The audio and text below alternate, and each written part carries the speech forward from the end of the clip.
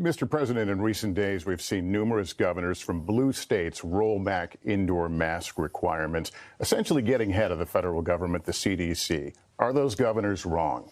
Well, it's hard to say whether they're wrong. Here's the science is saying now that masks work, masks make a difference, and there's a relationship. I think there's only one governor drawing back immediately. And most of them are somewhere in February, the end of February, March, April. They're set a time limit. And I assume it has something to do with whether the Omicron variant continues to dive, there are fewer and fewer cases.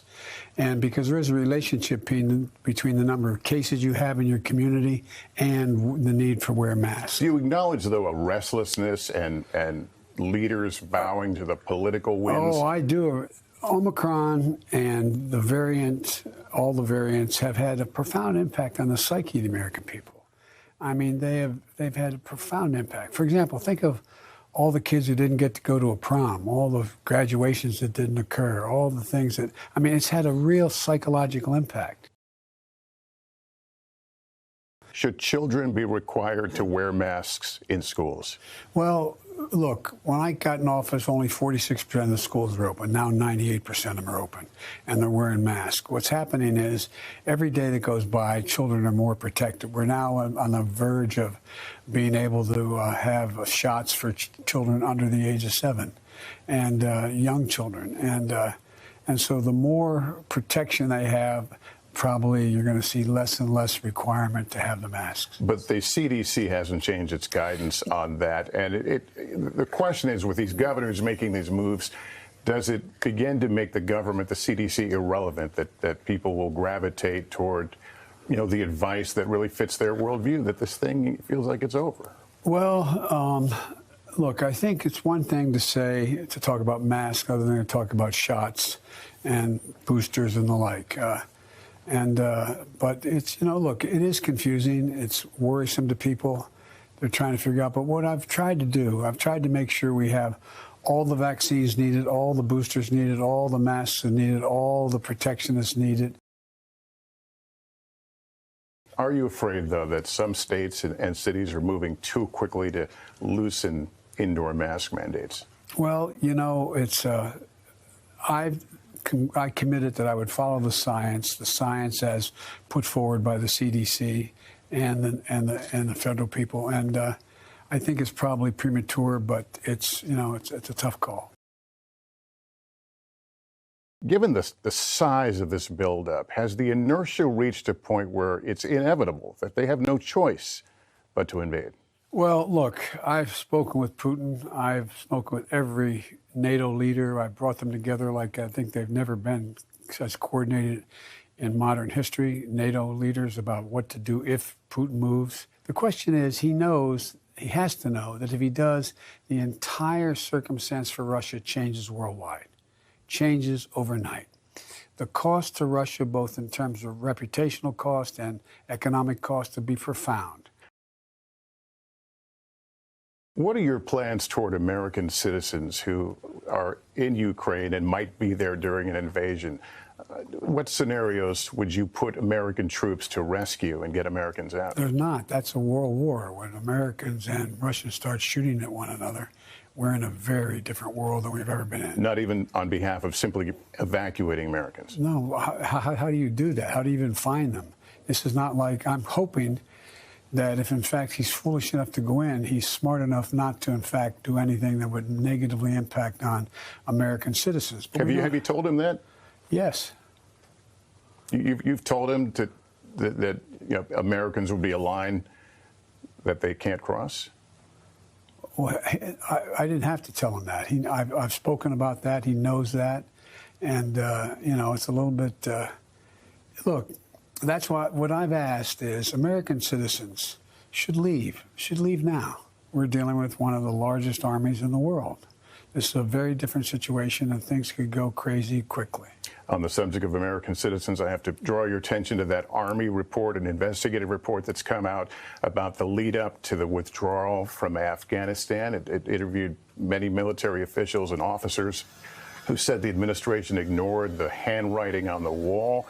Another described trying to get folks in the embassy ready to evacuate, encountering people who are essentially in denial of this situation. Does any of that ring true to you?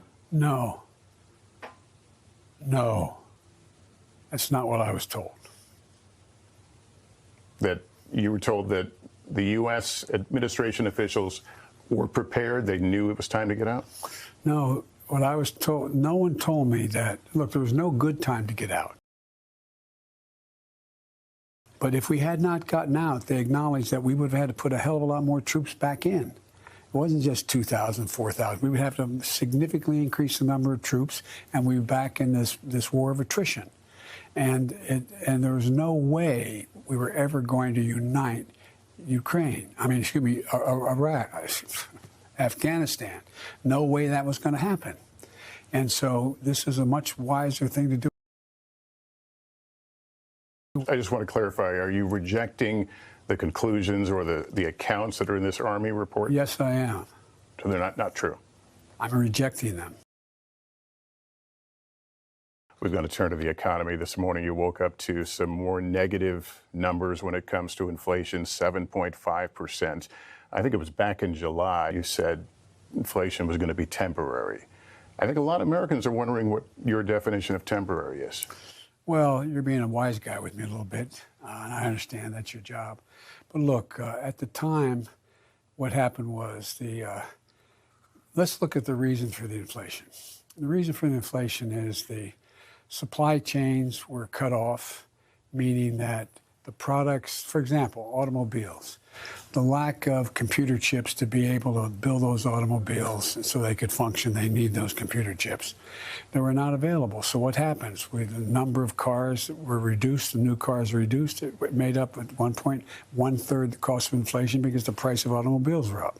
So what I did when I went out and made sure we started to make those domestically, we got Intel to come in and provide $20 billion to build a new facility. A number of organizations are doing the same kinds of things. When can Americans expect some relief from this soaring inflation? According to Nobel laureates, 14 of them that contacted me, and a number of corporate leaders, it ought to be able to start to taper off as we go through this year. In the meantime, I'm going to do everything in my power to deal with the big points that are impacting most people in their homes. You came here to Virginia, a swing district, to talk about prescription drug prices, Build Back Better. What do you see in Build Back Better that gives you confidence it can still happen? What has changed, if anything? Well, I don't think anything has changed. It's that people are now realizing what is in Build Back Better. You know, for example, there's cancer drugs that we have here in the United States that cost $14,000 a month. In France, the same exact manufacturer, the same exact drug costs $7,000. You said people didn't know what was in the bill. Is that a messaging problem on your behalf? Yes. Yeah, I think it was. You haven't sold it well, you think? No, I think I haven't sold it well. I like the way you phrase things. I haven't sold it well. But the point is, we've moved the economy more than it's ever been moved. You came here to Virginia, a swing district, to talk about prescription drug prices, Build Back Better. What do you see in Build Back Better that gives you confidence it can still happen? What has changed, if anything? Well, I don't think anything has changed. It's that people are now realizing what is in Build Back Better. You know, for example, there's cancer drugs that we have here in the United States that cost $14,000 a month. In France, the same exact manufacturer, the same exact drug costs $7,000. You said people didn't know what was in the bill. Is that a messaging problem on your behalf? Yes.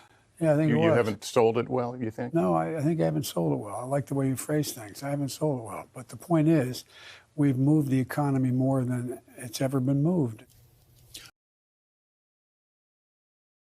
Can I ask you where you stand right now in your nomination process for Supreme Court?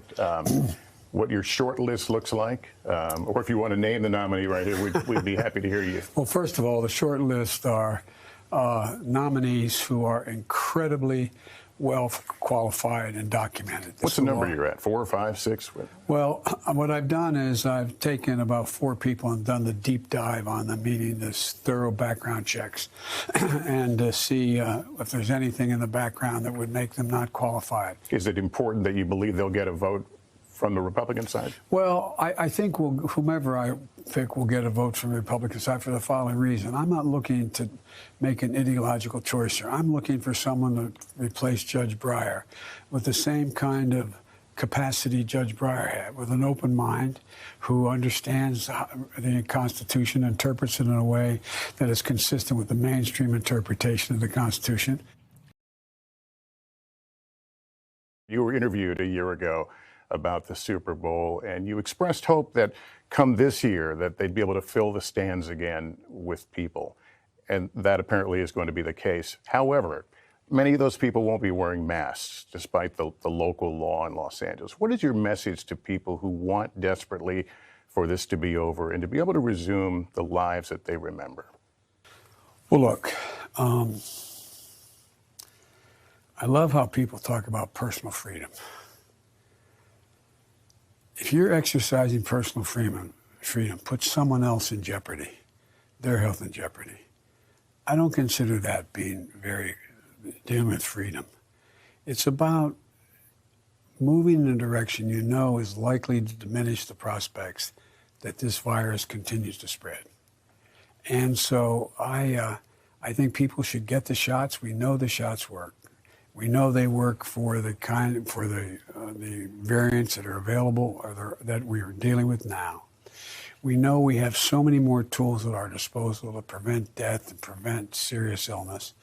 And I just think they should be careful. And if they're not careful for themselves, at least think of their children. Think of their families. Once again, Super Bowl, another controversy over the NFL. This about alleged racial hiring practices.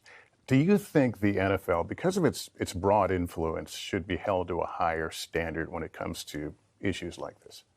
Well, I think it should be held to a reasonable standard. And, the commissioner pointed out they haven't lived up to what they committed to. They haven't lived up to being open about hiring more minorities to run teams. And whether or not, Goodell says they're going to take a look at whether they can meet the standard. And the standard was set by, someone who said, this is something we should do. Think about it. I think it's the whole idea that a league that is made up of so many athletes of color as well as so diverse, that there's not enough African-American qualified coaches to manage these NFL teams. It just seems to me that it's a standard that they'd want to live up to. I don't know if it's not a requirement of law, but it's a requirement, I think, of some just generic decency. You can't wrap up an interview like this without asking Cincinnati or Los Angeles. Well, my teams are out. I love this young quarterback from Cincinnati. He's an Ohio boy, can make everybody happy, but we also have some, I think Los Angeles is going to be hard to beat. Mr. President, you've been generous with your time. Thank you so much for sitting down with us. Thank you.